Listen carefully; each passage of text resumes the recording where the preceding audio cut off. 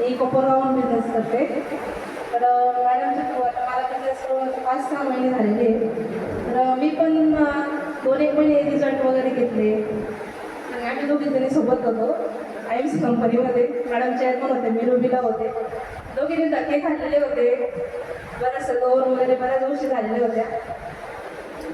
मग त्यामुळे मॅडमने सांगितलं, मॅडमवरती ट्रस्ट पूर्णपणे होता, बट दोघींचा कंपनीवर नव्हता आणि आम्ही धक्के खाल्लेले होते.